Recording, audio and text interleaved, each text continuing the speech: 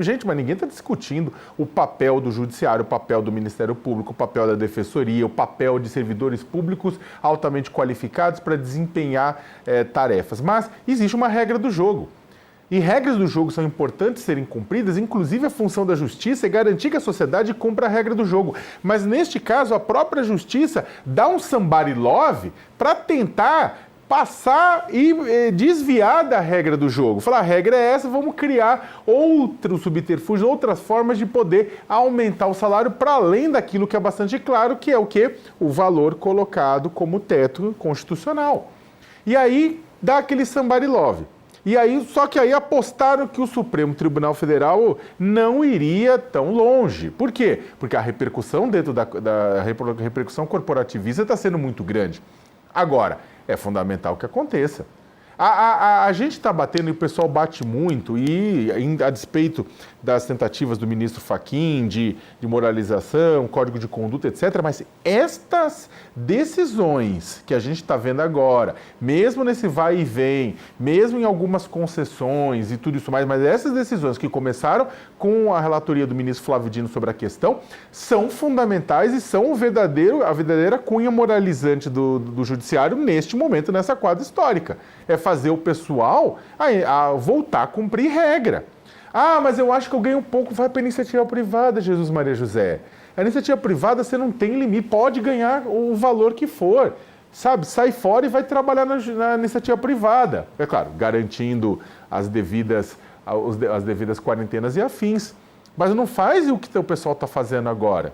Né? Fabiola, o ponto, contudo, é que nós vamos ver, não tenho dúvida nenhuma, nós vamos ver mais tentativas de dar um bypass, de descumprir essa decisão, mesmo que essa decisão ela não seja, no final, garantiu-se que muita coisa pudesse continuar a ser paga, mesmo assim o pessoal não quer, o pessoal quer tudo. A gente tem visto uma declaração de juízes que são inacreditáveis sobre isso, como se realmente eles fossem uma casta acima do bem e do mal. Não podemos aceitar isso.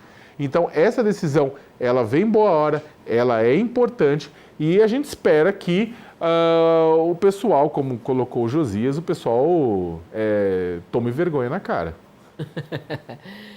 Ai, será que as pessoas tomam vergonha na cara? Não, sei. Mas é Vamos para lá. isso, por conta própria não vai, mas é para isso que tem que ser decisão judicial, é para isso que tem que ter ordem de cumprimento, é para isso que o dinheiro vai ter que ser devolvido, nem que seja no contra-cheque. Ô, Mayrov, você acha que esse dinheiro vai ser devolvido? A decisão de Moraes e Flávio Dino são acertadas? A gente vai ver a cor desse dinheiro, não? Em primeiro lugar, atenção, é uma decisão incompleta. Incompleta. É uma decisão que preservou algumas autoridades. Vamos por partes, até chegar no incompleto. Em primeiro lugar, o Supremo Tribunal Federal, todo mundo sabe, dá a última palavra. As decisões do Supremo são decisões finais, são decisões para serem cumpridas com força coercitiva, vale dizer, obrigatórias. E se o Supremo não toma uma providência para fim de coerção, de fazer valer a sua decisão, o Supremo perde autoridade. Portanto, quando manda devolver, o Supremo está mostrando a sua autoridade que não pode ser desprestigiada, porque ali tem que ser observado, tem que ser cumprido. Então, vai a decisão. Os juízes têm que devolver. Sim, corretíssima. Mas a pergunta, e essa decisão está incompleta, essa decisão esconde um corporativismo. A pergunta é: quem mandou pagar? Quem diretamente descumpriu a decisão do Supremo? Quem manda pagar são os presidentes dos tribunais. E esses têm alguma responsabilidade? Evidente que tem. Mandaram pagar, desafiaram a decisão do Supremo. E essa decisão conjunta dos ministros Dino e Moraes responsabilizam ou mandam apurar a responsabilidade dos presidentes dos tribunais? A resposta é não. Então, só devolver o dinheiro basta? Não, tem que se apurar responsabilidades. Por isso é uma decisão incompleta, que esconde um corporativismo. É uma observação que você faz, Walter, que é relevantíssima. O Supremo dá a última palavra em matéria de interpretação da Constituição, das leis. E aí você diz, se não cumpre, desmoraliza o Supremo. Já não há uma certa aparência de casa da mãe Joana, porque nós estamos acompanhando uma sequência de decisões. Não é a primeira decisão sobre penduricalhos que o Supremo divulga. Estamos agora com mais uma decisão. Já houve um pedido até de entidades que representam a magistratura. Olha, vamos prorrogar. Vocês fizeram uma interpretação, mas é preciso dar um prazo para ajustar, para fazer as contas. O Supremo negou. E ainda assim estão pagando. Já não tem uma atmosfera de casa da mãe Joana ali? O Supremo já não está meio que se autodesmoralizando? Agora, mais essa observação que me parece muito pertinente que você faz. Bom, manda devolver o dinheiro, mas não manda apurar a responsabilidade de quem permitiu que se pagasse, quem autorizou o pagamento? Josias, eu acho que não é bem a casa da Maria Joana. Tem muito mais do que isso. É um clima que eu diria, você que é ilustradíssimo, eu diria que é um clima de bafão parisiense. Aqueles do Pigalle, quer dizer, por quê? Porque isso aqui está mais do que a casa da Maria Joana. A casa da Maria Joana é muito restrita, muito pequena, para tamanha bagunça e tamanho desprestígio. Porque se a gente pegar num quadro geral, o Supremo Tribunal Federal, e acabamos de verificar o caso do Dino, você bem colocou o desrespeito ao princípio constitucional, que é flagrante, é visível. Como o ministro do Supremo não vê isso? Então, essa casa da Maria Joana aí tem vários puxadinhos, né? Assunto, eu queria muito te perguntar, porque a gente foi atropelado pelas entrevistas, muito boas inclusive, que a gente conseguiu aqui. Parabéns à nossa produção que conseguiu aí o pessoal que está no meio dessas denúncias e acusações. Queria voltar no caso desse jornalista que nós ouvimos agora há pouco, né, o Luiz Pablo, que acusa aí Alexandre de Moraes de revelar as fontes dele ao fazer essa busca e apreensão. Acabamos de conversar com ele, ele dizendo que não recebeu dinheiro. Houve aí uma violação na sua análise, Mairovitch? Houve um abuso de poder por parte de Alexandre de Moraes em relação a esse episódio? Olha, vamos de novo por partes. Em primeiro lugar, eu não vou repetir o Josias para não ficar cansativo, simplesmente endosso tudo o que foi dito com relação ao sigilo da fonte. Mas tem um ponto também que eu gostaria de ressaltar. Mairovitch, desculpa, mas pode repetir, porque a nossa audiência, ela vai... o Josias falou faz mais de uma hora essa história. Eu gostaria de ouvir da sua boca como um jurista, houve ou não houve violação do direito da fonte? Isso viola a nossa Constituição? Sim, é evidente que viola. Eu só estou aderindo ao que o Josias, porque eu tenho outro ponto importante também, constitucional. Então, o que ele falou eu endosso plenamente. Houve sim. Se fez uma forma indireta. Olha, vamos buscar o suspeito e pegar os arquivos do suspeito e aí está violada a fonte. Então, mas isto aqui não é o principal. Isto não é a violação principal. Não estou falando de gravidade, estou falando da violação principal.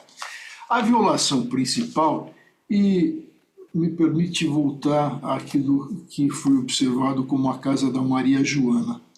A pergunta que não quer calar, principal, é a seguinte: o Alexandre de Moraes, o ministro, tem competência para lançar essa decisão? Por acaso, vítima tem foro privilegiado? Vítima não tem foro privilegiado. O Flávio Dino, qualquer outro ministro, como vítima, na situação de vítima, não tem foro privilegiado. Acontece o seguinte: qual foi o arrumadinho, o puxadinho? Isso vem lá de trás. O autor disso chama-se Dias Toffoli. Ele baixa uma portaria alargando o poder de polícia do Supremo, um poder de polícia limitado a quê? Às sessões do Supremo. E, de repente, com essa porcaria, puxa vida, Josias, falei errado. Sakamoto, desculpe, ao invés de falar portaria, eu falei porcaria, que é efetivamente uma porcaria. Por quê? Porque estabelece um foro para vítimas do Supremo. Aí aparece o inquérito das fake news, todo baseado naquela portaria do Dias Toffoli, que alarga o poder de polícia. Mas alarga, e agora nós estamos vendo esse poder de polícia alargado para se ir em outro estado, para se descobrir um eventual crime que chamado de perseguição, está no Código Penal, e que os ingleses chamam de stalking, ou seja, a perseguição. Esse ponto é interessante, professor Walter, porque, de fato, há uma resolução do Supremo que dá poderes ao tribunal para investigar crimes cometidos na sede do tribunal, né? E o Dias Toffoli, ao interpretar essa resolução, ampliou a sede do tribunal, foi como que estendida ao país inteiro. Até então, o Taiaiá. Até o Taiaiá. E esse caso do jornalista foi enfiado dentro do inquérito sobre as fake news. E aí é como você explica. Bom, o ministro é vítima, ele não é o criminoso, e, portanto, isso deveria estar sendo apreciado pela primeira instância do judiciário. E aí voltamos àquela questão essencial, né? Que não há jornalista inimputável no Brasil. Todo jornalista é responsável pelo que diz, pelo que publica. Agora, se ele comete um crime, ele precisa ser investigado, punido, e a autoridade policial tem que recorrer aos meios legais de investigação. E quebrar sigilo de fonte não é meio legal. Isso não pode ser feito, você está violando um princípio constitucional, né?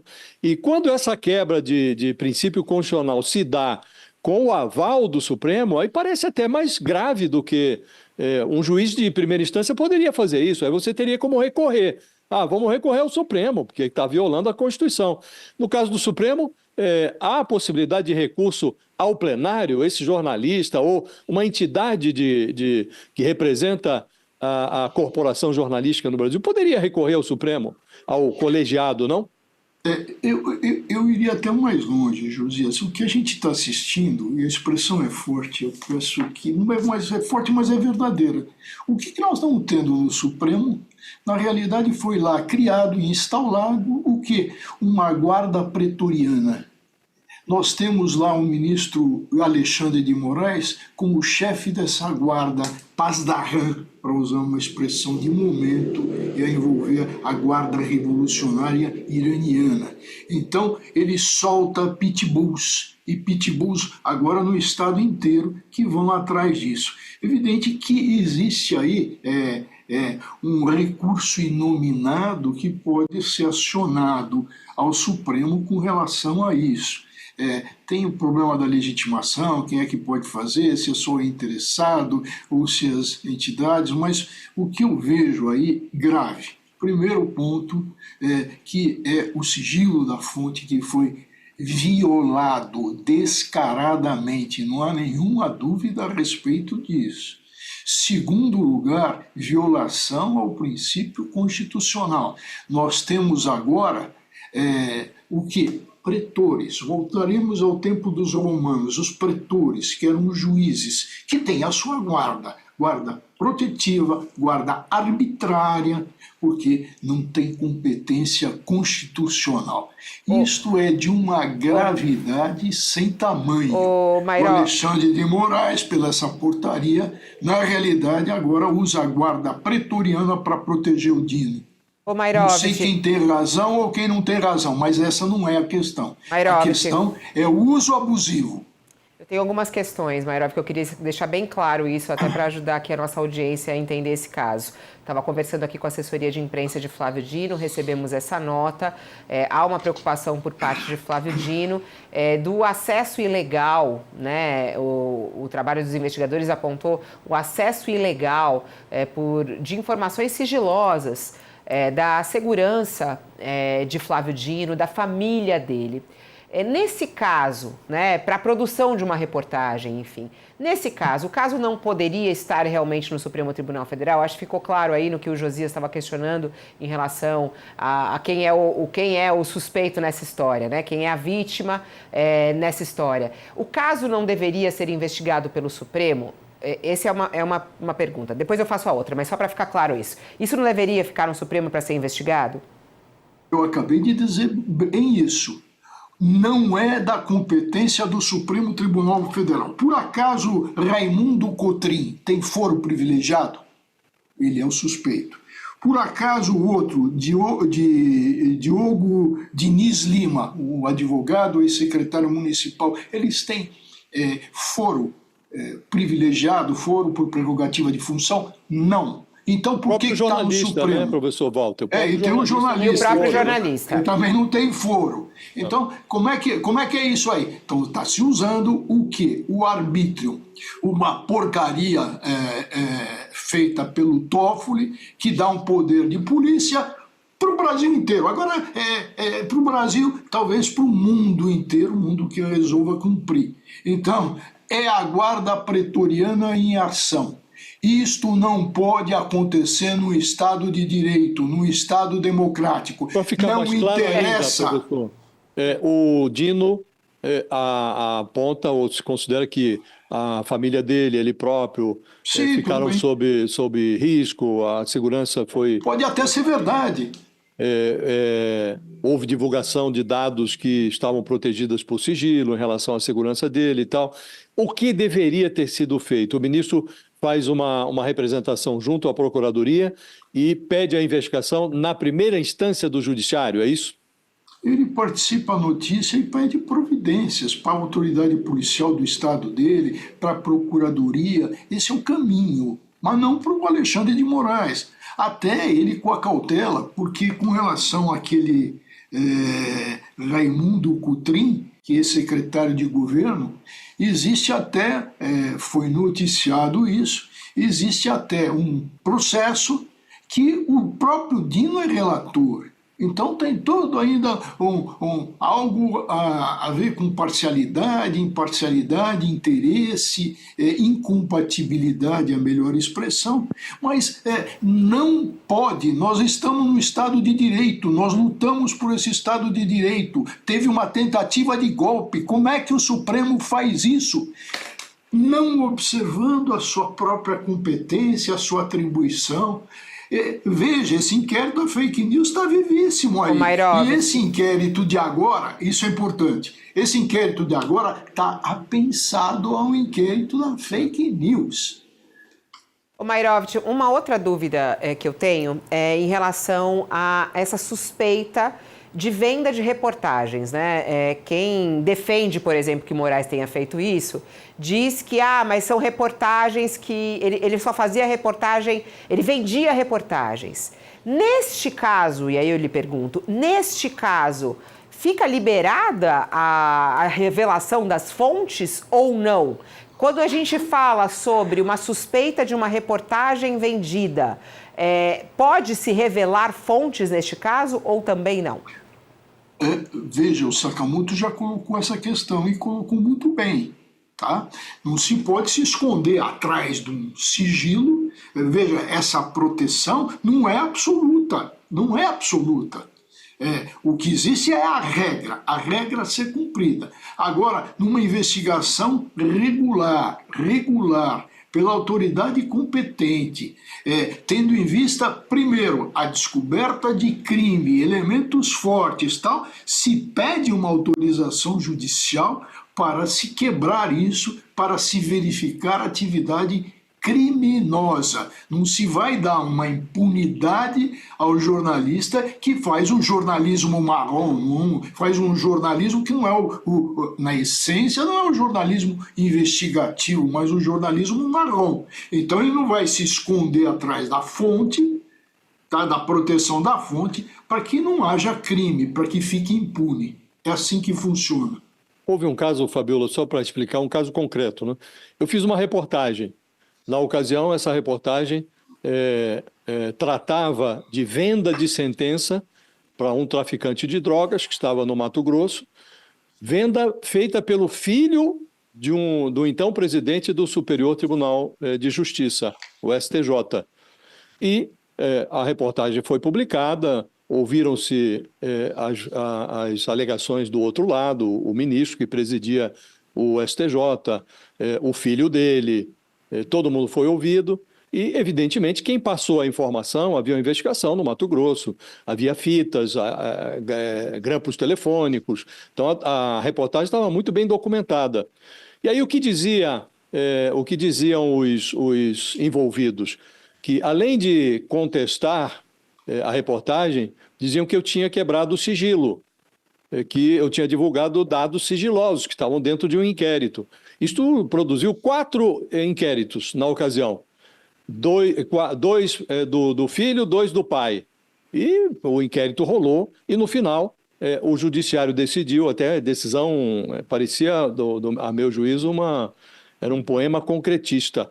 E a decisão foi, ao jornalista cabe divulgar. À autoridade que detém o segredo, cabe protegê-lo.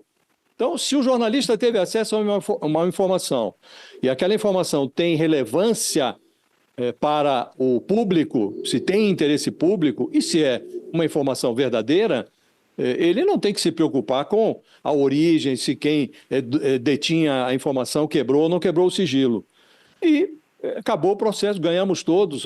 Eu estava na época na Folha de São Paulo. Aqui nós estamos diante de um caso em que foram divulgados dados sigilosos sobre o trânsito do ministro no Maranhão. E a reportagem diz que ele utilizou carros do tribunal ilegalmente. Quer me parecer que no momento em que o ministro está com a segurança em risco, é natural que o tribunal tome providências para que ele seja protegido. Então, ele e a família.